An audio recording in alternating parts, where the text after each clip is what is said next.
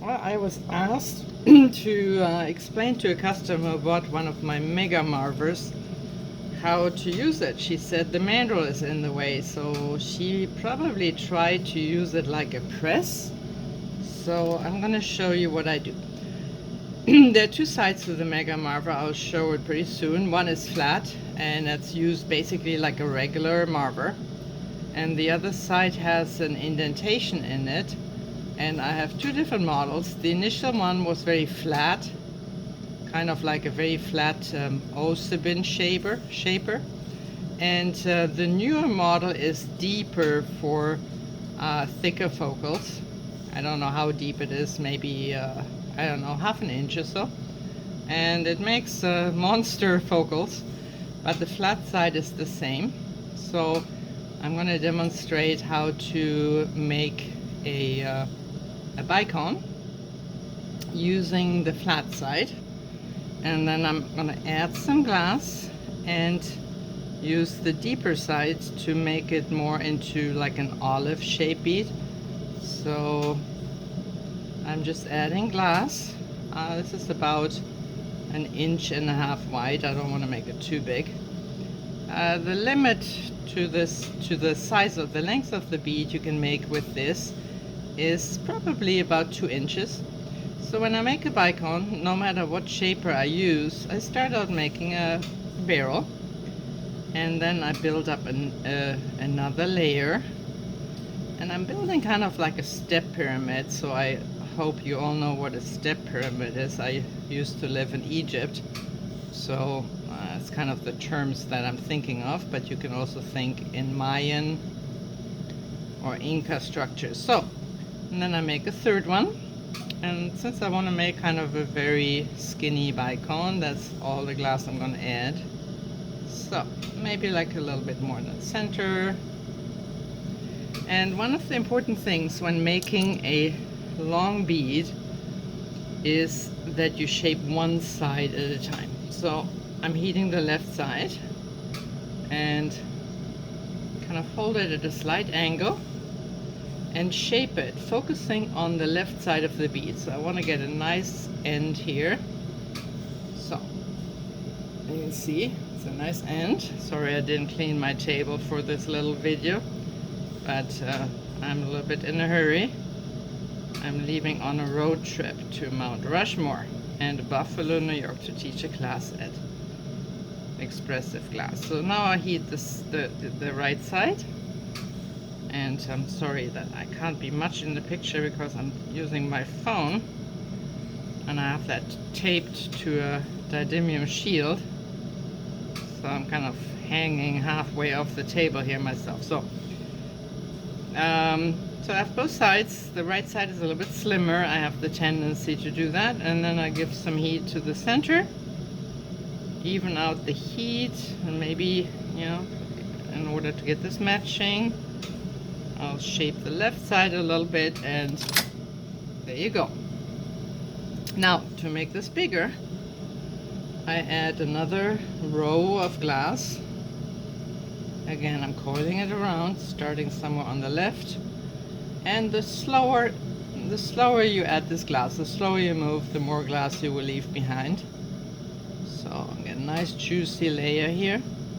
And by holding the mandrel close enough to the flame so that the surface of your bead gets warm as you're coiling the glass around, that way you're not going to trap any air.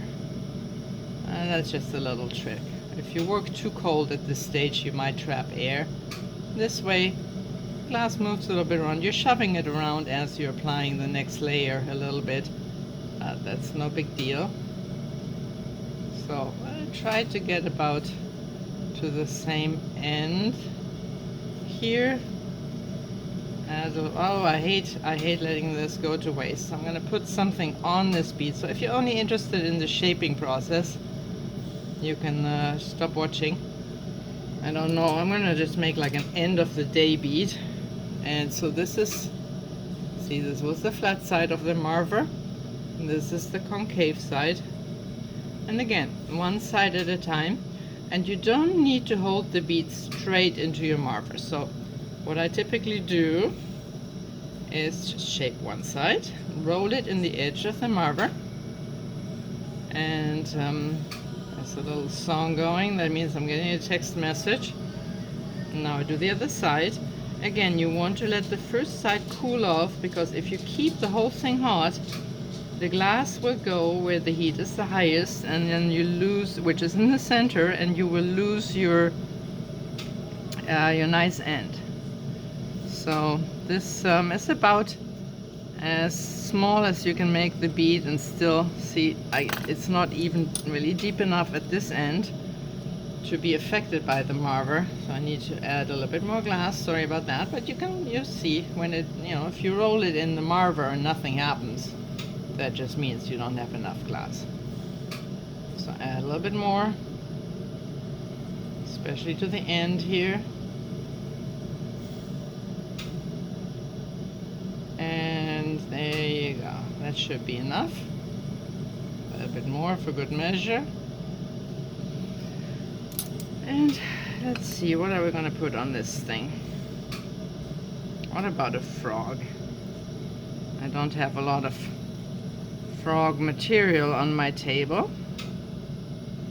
So marver this, and I don't get my beads very hot. I basically just marver a little bit, and oops, there's something in, and there we go. And I'm gonna put a little bit of dichroic on this, so we can at the same time, oops, show you how to apply a dichroic. So you heat the bead. Whenever you apply something to the bead, the main heat always comes from the bead. And usually I would use tungsten tweezers, but they're already packed, so I bring the bead to glow, and I pop on that dichroic. Now I take the flat side, actually I can use the concave side, give some heat, and the dichroic is still too cold, so I'm pushing it down, and I'm trying not to get the edges of the dichroic too hot, because that's where the scum comes from. So now I'm going to do one side at a time, go all the way around and push this dichroic down. Actually, I want to make some flowers, it's more fun. And my kiln is still going behind me, but it's already on the turn down cycle, so I only have a few minutes to do this. I usually try to get my dichroic all the way flush, so if I put some vines or something green over this, I don't have like a step to go over. So go a little bit on the flat side, make sure that the clear part of the dichroic is all the way marvered in.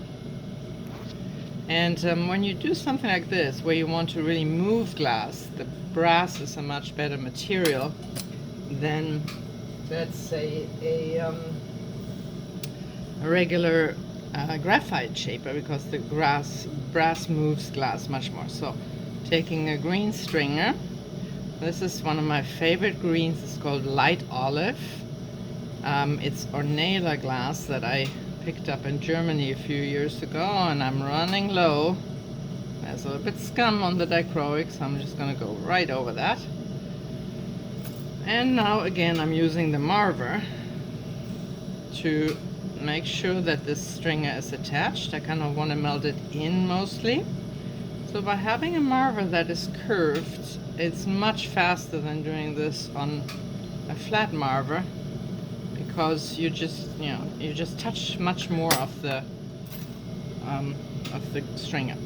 So put on some leaves. This is a ribbon cane that I made with pea green, green dichroic, intense black stringer work, and then it's encased in sage green.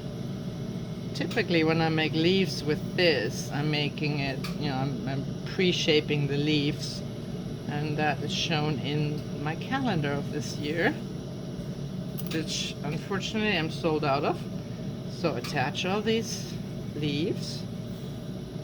The ribbon cane tends to kind of creep on itself a little bit when you apply it like this, so you see that it's much skinnier. So let's see what we have here. So I have some purple. This is violet blue from Reichenbach over a white, and it has some kind of like natural striations, I would call it. So I'm making a 5-petal flower with this, and what is nice when you use an encased stringer to make petals, it kind of gets this little mottled look. It looks very natural. So this could be like a stylized pansy. Heat everything, and again you just push it down into the curved side of the Marver. That will flatten all the petals at once. And then I'm taking a pointed poker.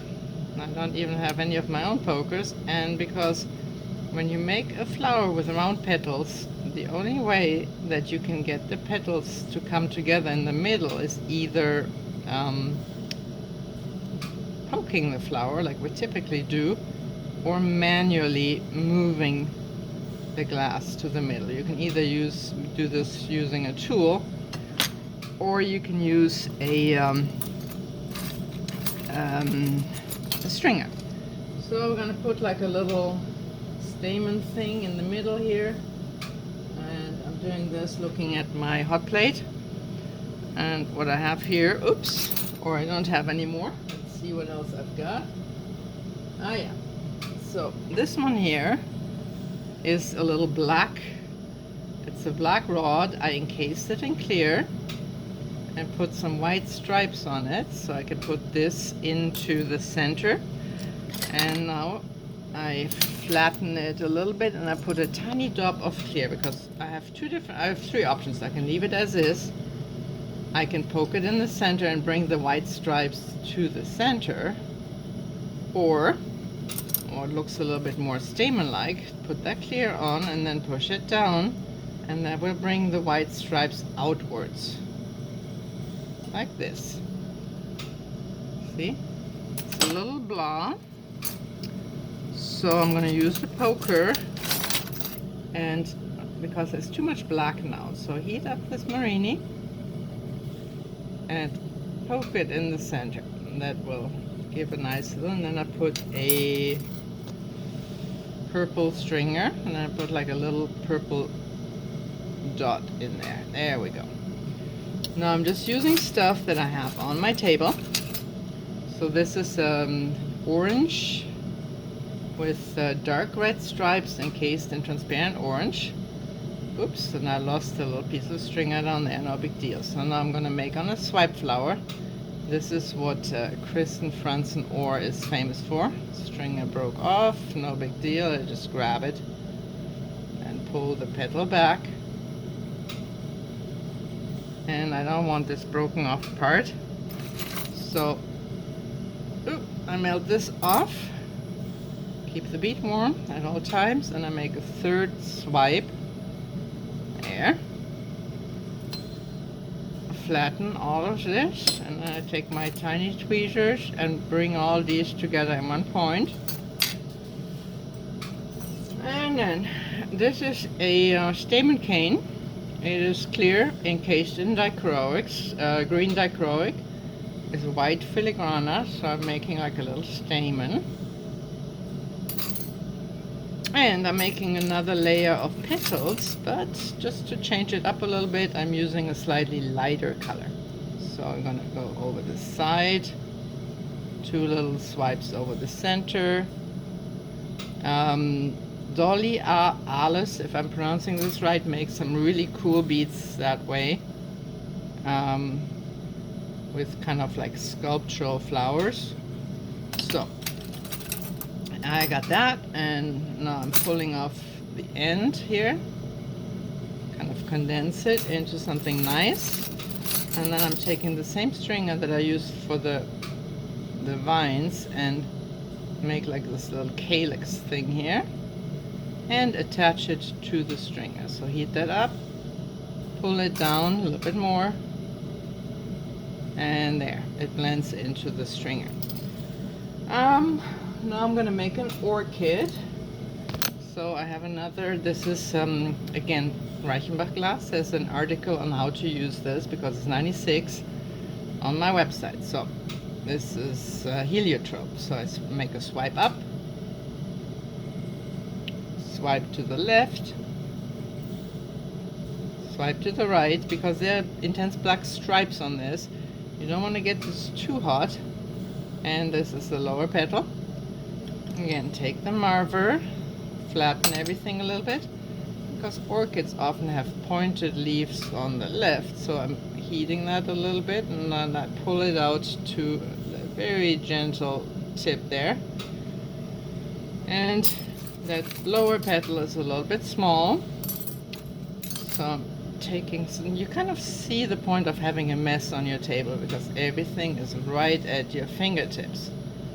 So a little bit of white, flatten that.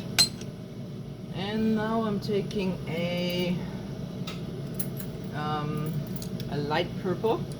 Again, this is Reichenbach, and this is mixed with clear. Again, instructions how to mix glass on my website. So I put that on. And of course there's too much glass on top, so I pull that off. And then I take these little tweezers to kind of cut like a little groove. So I mush them around a little bit, and still too much glass here. Pull that off. And then I take a poker and poke a hole like that. If you wanted to make this more fancy, I don't know how much time we have. This is already 60 minutes. So I'm going to make an additional little thing in the middle. I don't know what it's called, like a little trumpet. So this is something that I had laying around on my table. It's a pink, it's kind of concentric circles based on clear and Rubino Ora. So I pulled that to a point and poke it in, point it downwards a little bit. Then I cut this off with nippers, semi-long. Again, take a little bit of clear, because I want to kind of make this flare out a little bit, so I put clear on. If you don't use clear and you melt it and push it down, it actually will close up. And there, flare it out a little bit, and then I can take those miniature tweezers to pull it down a little bit. I don't want things to stand out too much, so heat the top and pull that upwards, and then make sure that it kind of blends in with the rest of the flower. Tap it down a little bit more, and there you go, kind of a, so I have a little bit more room. So now I'm going to make a quick 4 or 5 petal flower with slightly different shape of the petals. So swipe. So now the petals are elongated, they're not round. And you could also shape these petals, kind of like I did with the orchid, by flattening them and then taking the same colored stringer and pointing them a little bit. So there's a lot of glass in the center. I pull that out, and I kind of look at what I have in my stash here for stamen. So I'm going to pretend that this is a hibiscus, and I have an encased stringer, Rubino over white, and I push that in and kind of make it go outwards. Make sure that it touches the bead so it doesn't jump off. And then I take a fine encased stringer, again Reichenbach purple, and make some dots there. And you know, my friend Jennifer Geldart, she had a nice saying. She said, you know, like a bead is like a story, like a good book, and you really don't want it to end. And I feel like the same way about my beads sometimes. And I typically make my beads in the center of the bead release. This one here was a little sloppily dipped because I was at the bottom of my jar. Oops. See, yeah, I don't want to do that because now the bead release is coming off. Ooh, now I have some green here. So take that off. I lost my tweezers. See, the bead release is coming off there, and make sure everything stays warm. So let's see how much I can pull this off. and I don't want that green. And there we go. So I have a tiny bit of green at the end of that bicone. So I can add some more green, but I have to stay on the glass. And my, geez, my stringer was kind of dirty, so I just pull that around and use the end of that stringer and add a little bit more glass. This is so sloppy. Speed bead making. And I do the same at the other end. And now I can either marver that in to the bicone shape, or I can leave it like a little turtleneck. And because I have no bead release on the ends there, I will indeed just leave it raised, give it some heat, and then marver it at the end of the marver. See, this marver comes in really handy. It's a little bit heavy because it's a thick brass. And now that stupid bead release came off. Oh, and there's my little piece of leaf that fell off. So, a piece of oh, I had go on my hot plate here, so I have a little piece of stringer that fell off. So I'm gonna put a leaf on that I had on my hot plate. So that's here, and I heat that little area and just gently heat the leaf, tap it on. And so this kind of finer work, I would typically use a magic wand or a secret weapon for, but again, they're already packed, so I can do everything with my little brass Mega Marver. I'm actually very fond of that name because it just sounds big, and this is certainly a big tool.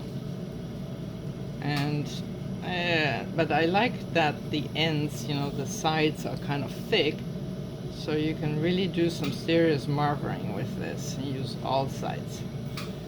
And that bead release there is obviously not very nice, but I can take care of that later. I can just grind it out. So now, because my ends are not very nice, I take a stringer. Again, this is purple, encased in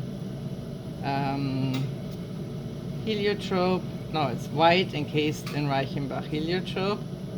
So I make my stringer line, heat it up, give heat to the other side, marver this in, and it kind of makes the colors of the flowers blend in more. So this is always a good idea when you design something, that if you have a certain color on one side, you always want to make sure that that color repeats evenly throughout your bead. So I throw my stringers on the table, and now I'm gonna look, and at the end, you know, sometimes maybe you have too many colors and you want to do something else. So I'm going to look in my stringer supply here. I want to make some little white flowers. So I take a white stringer, I have a jar of that, and kind of fill in the spaces. So like up here, there's nothing here, and I always try to get a variety of petal number. So, and these little flowers are perfect to hide kind of seams, you know, where your leaf hits the vine, and oh, there's another spot missing. So this is the last step. This is like the cleanup crew. One down here, and again, don't make them all the same size, make it a little bit smaller, like that, and then I just have to put some stamens, something in there. And for the stamen of these, I think I'm going to use some black to kind of repeat the color of the base. So give it enough heat, flatten.